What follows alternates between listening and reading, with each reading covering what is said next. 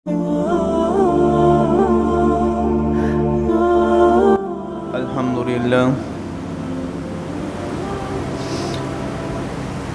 لله نحمده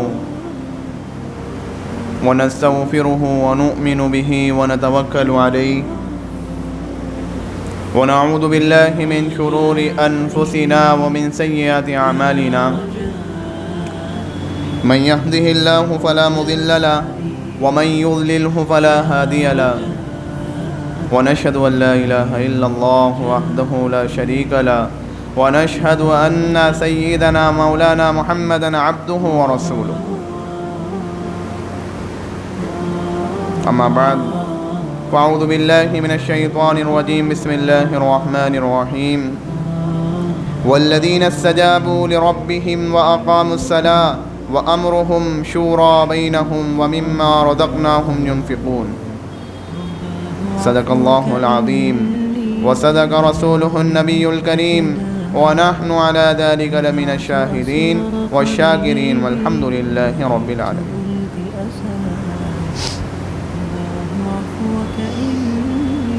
معزز سامعین، معزز ناظرین اور برادران عزیز، آج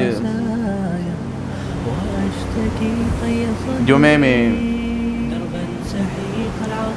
ایک اہم موضوع پر بات ہونی ہے، ایک اہم موضوع پر گفتگو کرنی ہے. اتنا اہم موضوع کہ جو تمام انسانوں کے لیے سکون کا ذریعہ بنے. وہ اہم موضوع جو پورے ہندوستان میں اس وقت الیکشن کی شکل میں ہو رہا ہے اور ہو چکا ہے اور ابھی ہونے والا ہے.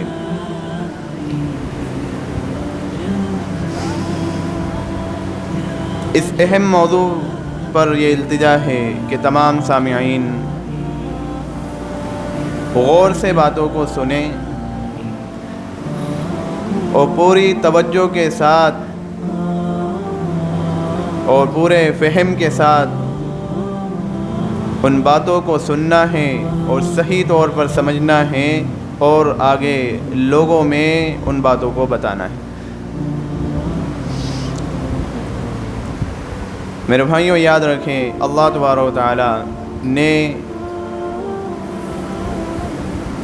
ہمیں اسلام دیا ہے اور اسلام کو اگر دیکھیں تو اسلام ہمیں ایک دائرے میں رہ کر آزادی دیتا ہے. اسلام آزادی کا سب سے بڑا حامی اور امبردار ہی نہیں بلکہ وہی اور صرف وہی حقیقی جامع اور مکمل آزادی کا پیغام لے کر دنیا میں آیا ہے. اگر یہ دنیا اسلام سے روشناس نہ ہوتی تو آزادی کا مفہوم ذہنوں میں اور اس کا عملی نقشہ آنکھوں میں نہ سما سکتا. اسلام نے یہ بتایا آزادی کے معنی حق و صداقت، عدل و انصاف اور ایثار و رواداری کے سچے جذبات کے تحت بے بسوں کی بے بسی دور کرنے، ضعیفوں کو ابھارنے اور بے کسوں کو سہارا دینے اور ظالموں کے ابھرے ہوئوں کو اتار دینے.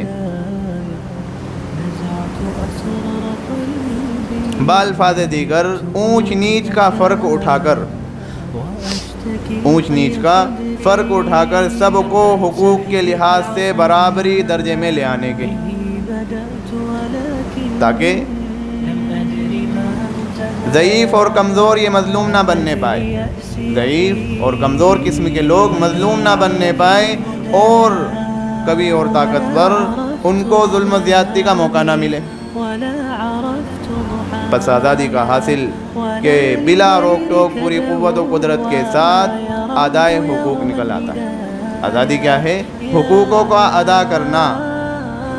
تاکہ ظالم کے ہاتھ کٹ جائیں اور مظلوم کی بے دست و پائی ختم ہو جائے۔ اللہ تبارک و تعالیٰ نے اس کے لیے قرآن میں ایک واضح مثال بیان فرمائی، اور اللہ تبارک و تعالیٰ نے ان لوگوں کو جو طاقت اور اقتدار اور غرور اور تکبر کے نشے میں چور چور ہیں ان کو متوجہ کیا۔ اللہ نے قرآن میں فرعون کی مثال دی، ان فرعون علا فی الارض وجعل اہلہا شیعا، کہ فرعون زمین میں بہت بڑھ چڑھ گیا تھا، فرعون زمین میں بہت بڑھ چڑھ گیا تھا کہ اس نے وہاں والوں کے کئی گروہ بنا دیے تھے، پارٹی بنا رکھی تھی اس نے، یستضعف طائفۃ منہم یذبح ابناءہم ویستحیی نساءہم، کہ ان میں سے ایک جماعت کا زور گھٹا رکھا تھا، ان کے بیٹوں کو ذبح کراتا تھا، ان کی عورتوں کو زندہ رہنے دیتا تھا۔ انہ کان من المفسدین، یہ یقیناً یہ زمین میں بڑا فساد پھیلانے والوں میں سے تھا، زمین میں یہ فساد پھیلانے والوں میں سے تھا۔ اللہ تبارک و تعالیٰ فرما رہے ہیں وَنُرِيدُ أَن نَّمُنَّ عَلَى الَّذِينَ اسْتُضْعِفُوا فِي الْأَرْضِ وَنَجْعَلَهُمْ أَئِمَّةً وَنَجْعَلَهُمُ الْوَارِثِينَ۔ اللہ تبارک و تعالیٰ وہ فرما رہے ہیں کہ ہم یہ چاہتے تھے کہ زمین میں جن کا زور گھٹایا جا رہا تھا، ہم ان پر احسان کا معاملہ کریں، ہم ان پر احسان کریں،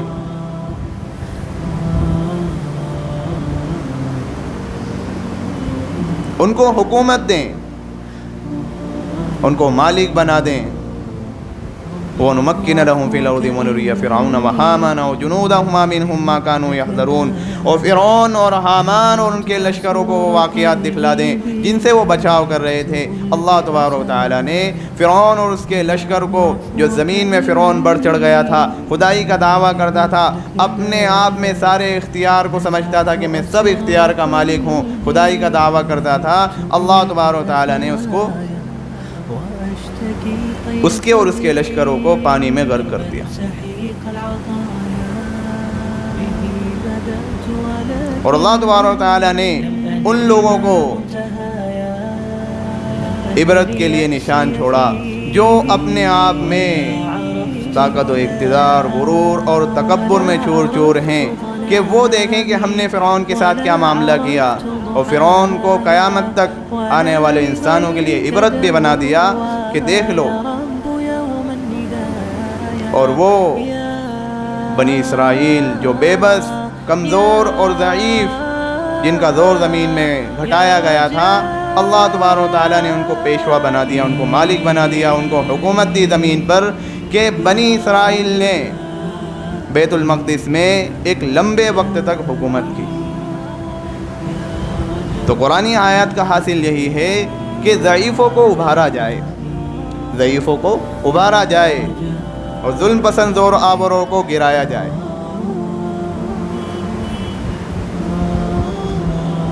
اور ضعیفوں کے جو حقوق طاقتوروں نے زور و قوت کے بلبوتے پر سلب کر رکھیں، وہ ان کے دانتوں سے نکلوائے جائیں، اور ضعیفوں کو، کمزوروں کو واپس کیے جائیں، تاکہ یہ کمزور آزادی کا سانس لے سکے، اور وقت کے فرعون و حامان اپنی اصلی حد پر آ جائیں، ورنہ ختم ہو جائیں۔ ظالم کے ظلم کی ایک انتہا ہوتی ہے، ظالم کے ظلم کی ایک انتہا ہوتی ہے، اس کے بعد اللہ تبارک و تعالیٰ کا قہر برستا ہے۔ اور میرے بھائیوں، یہ جو الیکشن کے موقع آتے ہیں، یہ وہی چیز ہے، اس کا حاصل یہی ہے، اس کو بہت غور سے سنیے گا۔ الیکشن کا حاصل یہی ہے کہ معاشرے کے افراد اپنی انفرادی آزادیوں کو اجتماعی نظام میں ڈھالیں، اپنی انفرادی آزادیوں کو اجتماعی نظام میں ڈھالیں۔ اللہ تبارک و تعالیٰ نے انفرادی طور پر سب کو آزاد رکھا ہے، لیکن یہاں پر آپ دیکھیں کہ معاشرہ جو ہے وہ افراد پر مشتمل ہوتا ہے، تو معاشرے کے افراد اپنی انفرادی آزادی کو اجتماعی نظام میں ڈھالیں، اور اپنے میں سے کسی ایک کو نظم اجتماعی چلانے کا اختیار سونپ دیں، جو باصلاحیت قوم و ملت کا ہمدرد ہو، اخلاق و کردار کے حوالے سے اچھی شہرت کا حامل ہو، اور ضعیف اور کمزور لوگوں کے لیے اس کے دل میں جگہ ہو۔ انسانیت کی آنکھ سے دیکھتا ہوں۔ اس لیے میرے بھائیوں، کوئی نسبتاً بہتر امیدوار اس کو ووٹ دینے سے انکار کرنا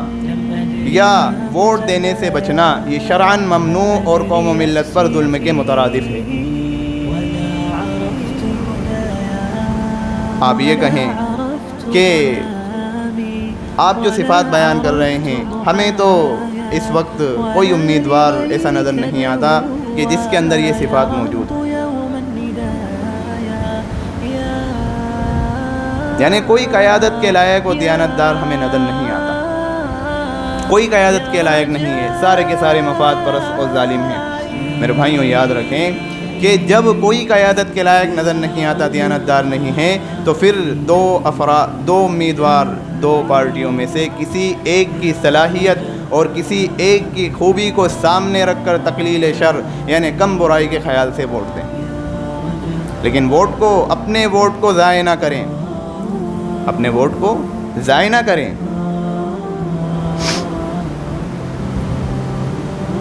اور ووٹ نہ دینے کے خیال کو تو ذہن سے نکال دیں،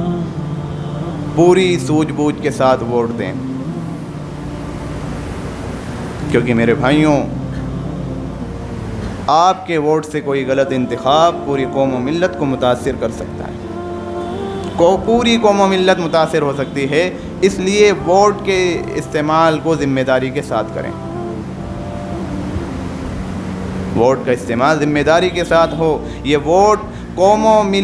ایک قومی اور ملی ذمہ داری ہے، اس ذمہ داری کو مفاد پرستی اور لالچ کی بھیٹ نہ چڑھائی جائے۔ یہ جب الیکشن کے موقع آتے ہیں تو مفاد پرست اور طاقت و اقتدار کا بھوکا ٹولہ وہ مہنگائی، غربت، بے روزگاری اور افلاس کو سامنے رکھ کر عوام کے ووٹوں کی خرید و فروخت شروع کر دیتا ہے۔ عوام کی ووٹوں کی خرید و فروخت ہوتی ہے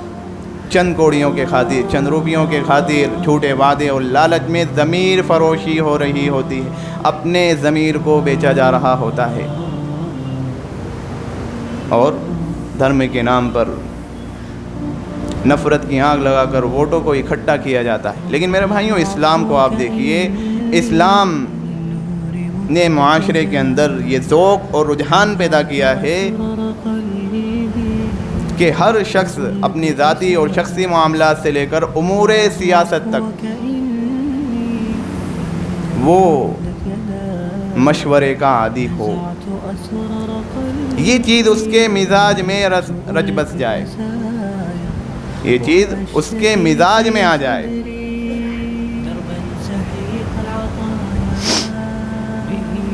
اسی لیے مشاورت کے کوئی خاص طریقہ کو لازم قرار دینے کے بجائے اسلام نے اس کو حالات اور ضرورت پر چھوڑ دیا۔ خلافت راشدہ کا دور دیکھیے، خلافت راشدہ، حضرت ابو بکر رضی اللہ عنہ کی خلافت، حضرت عمر رضی اللہ عنہ کی خلافت، حضرت عثمان رضی اللہ عنہ کی خلافت، علی المرتضیٰ، حسن بن علی رضی اللہ عنہما، ان کی خلافت۔ آپ خلافت راشدہ کو دیکھ لیجئے، خلافت راشدہ میں اجتماعی مشاورت بیعت کے ذریعے ہوتی تھی، اور اب یہ معاملہ انتخابات کے ذریعے یعنی الیکشن کے ذریعے ہوتا ہے، اور ووٹ اس کا اہم ترین جز ہے۔ اسی لیے علماء نے ووٹ کو شہادت یعنی گواہی، وکالت، امانت، شفاعت اس کی حیثیت سے قیاس کیا ہے۔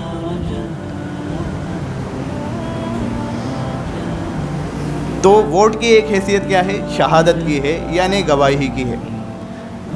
ووٹ کو شہادت خیال کرتے ہوئے ووٹر جس امیدوار کے حق میں ووٹ ڈال رہا ہے تو گویا وہ یہ گواہی دے رہا ہے،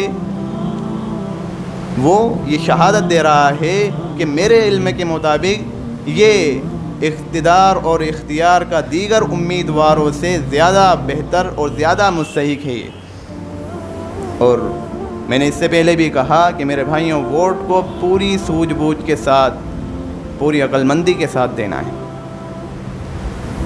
کیونکہ جب ووٹ کی حیثیت شہادت کی ہے، گواہی کی ہے، اللہ تبارک و تعالیٰ نے جھوٹی گواہی کو حرام قرار دیا ہے۔ اللہ تبارک و تعالیٰ سچی گواہی کو واجب اور لازم قرار دیا ہے اللہ تبارک و تعالیٰ نے۔ اللہ نے قرآن میں کیا فرمایا؟ یا ایھا الذین آمنوا کونوا قوامین بالقسط شہداء للہ ولو علی انفسکم او الوالدین والاقربین ان یکن غنیا ام فقیرا فاللہ اولی بہما۔ اللہ تبارک و تعالیٰ قرآن میں فرما رہے ہیں اے ایمان والو، تم